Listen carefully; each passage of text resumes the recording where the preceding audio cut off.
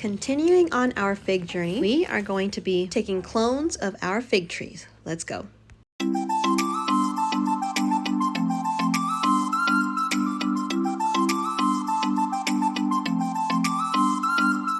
Hello everybody and welcome back to our garden. Today we're going to take you through our garden here, just taking clones of our amazing fig trees. Now we are huge fans of figs. We have about 10 trees right now and we want to quadruple or 5 times that, whatever that name is, quadruple and 5 times that. Look at the figs that we are growing here. These are so delicious. If you are a fan of figs, you definitely should grow some figs. I'm telling you, it's so good. They also do really good here in the desert. And so today we're going to go out as a family. We're going to take some cuttings and we're going to put them in some rooting mix, which I will show you, and then we're going to just plant them in pots. As we cut the cuttings, we are also going to try to milk these for the sap. This sap is really great for any moles that you have. It's actually very effective in removing them. So right now Trey is sort of giving a lesson on how we can take cuttings of these, and then Emmanuel is going to be his helper today, and the girls are going to be gathering these cuttings for us in a box.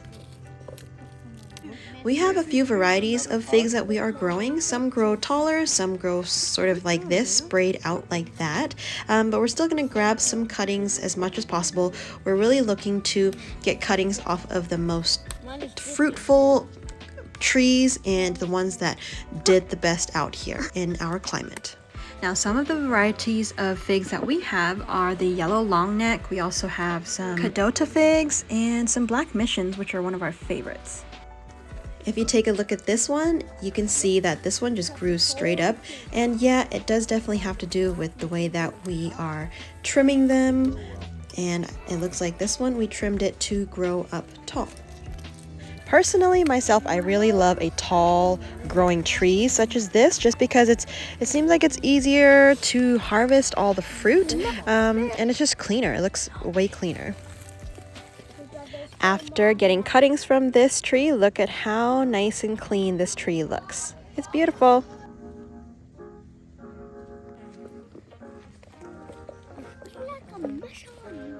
After taking trimmings off of that tree, we're going to move on to the next, which looks like this. It's a little bit more sprayed out.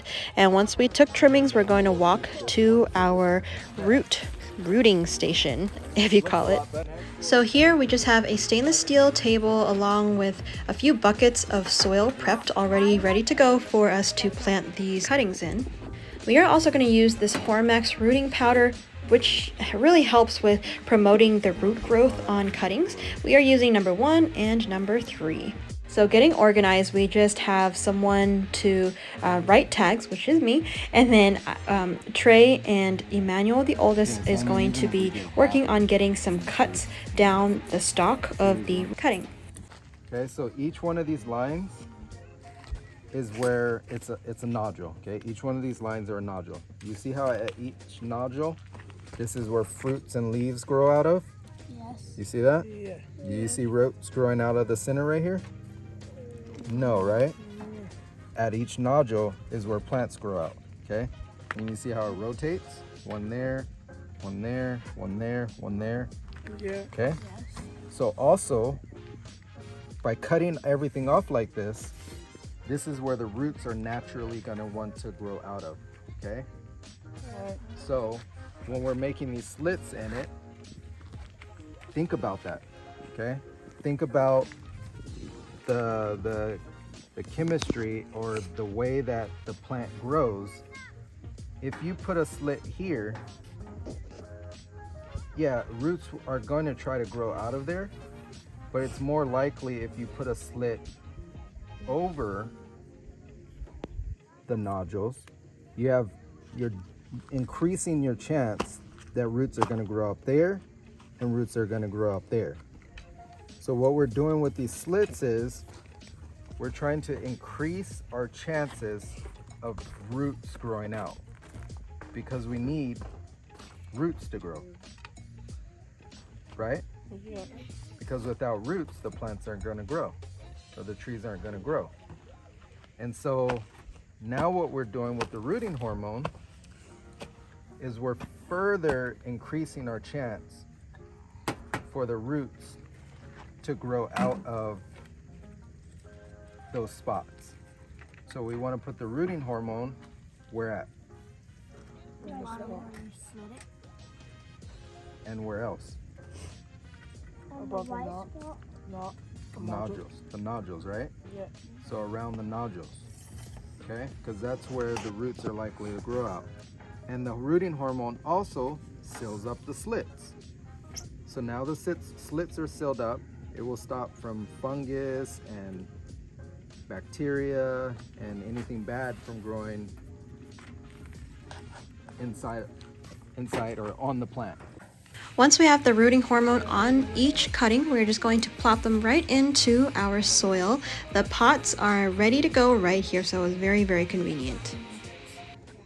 We have about 40 potted soil here just in case we need that many. We may use it all, we may not, we may need more. What we're doing when we make these slits is we're cutting down to the cambium layer of the cutting, and in the cambium layer is where all the sap and energy flows through the tree. And yeah, essentially by opening that up is allowing the roots, the energy to flow outwards to bust through the hard bark of the tree. And so if you graft a tree, so if we wanted to graft these cuttings into another fig tree, you would peel back to the cambium layer, peel back to the cambium layer on the other tree, and you match up the cambium layers on the graft so that you can, that the energy flows together through the two cuttings, essentially. Just the same way that the Gentiles are grafted into Israel. When the scripture talks about grafting, being grafted into, that's what it's speaking of, is that the two, even though they're two separate things, two separate trees, that they can come together and be sewn together and become one tree, and that the root is the original, which allowed for the others to be grafted onto it. So if you have a good strong tree, so let's say like our apricot tree didn't die and it was strong and healthy, we could take these fig trees or another stone tree, which would be best, like apples, or not apples, nectarines, yeah, I guess like plums, the stone fruits, and we could graft them onto that apricot tree. And then we would have an apricot tree that has pears and plums and apples and all kinds of craziness. I learned from a guy that you can either, so this is the way that the plant grows. The cuttings, the new growth will grow from these tops. So to get the highest success rate on figs, you want to keep these top nodules right here on, and then you plant your cutting in. You can do it the other way, but it lessens the success rate. We have so many, it's okay. But I also learned is that you can actually take these ones and you can flip it upside down. So we have a Y cutting where we had two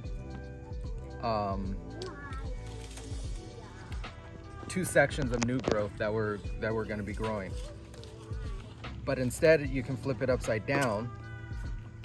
The new growth should come bud out of one of the nodules, and this will just extend the root. So let's say you had a you had a big one on a branch that was wying out, and but you didn't want that whole stalk growing off of that side like that. You could ultimately get 2 cuttings off of it depending on the size of it, or you can just cut it, flip it over, and get double the chance for roots growing out the bottom. So we're gonna try that out with this one.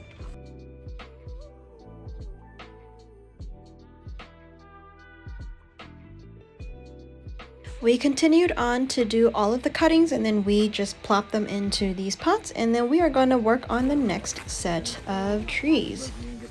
Like I said earlier, we do have about 10-11 plants, and so we had to work batch by batch, really, just so that we can be efficient and organized, and so we know which plants we are going to be cloning and which plants we are not, and then so we have the appropriate name tags on them as well. This was such a beautiful day, and some of our trees actually had some really ripe and delicious figs on them. So of course we had to pick them, and we're going to snack on them. Look at all of our cuttings here that we are also going to work on next. This is going to be a second batch that we have here, and then once we are done with this batch, we are going to put them in the pots as well, and then we're just going to walk them into our greenhouse to store, sort of in a nice, protected and humid, climate-controlled environment.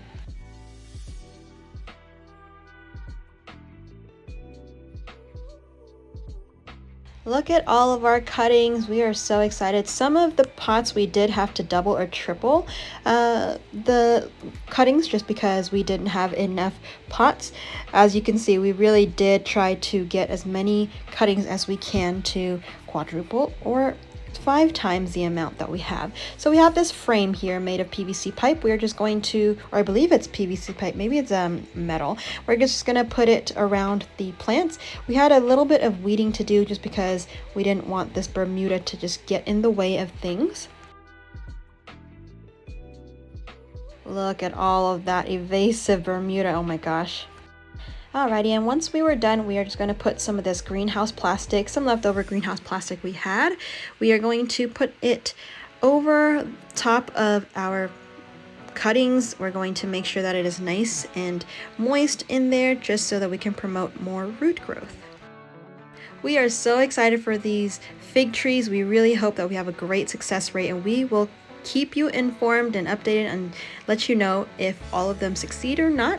Thank you so much for watching. I hope you enjoyed this video, and please subscribe if you are new, and we will see you on the next one. Bye.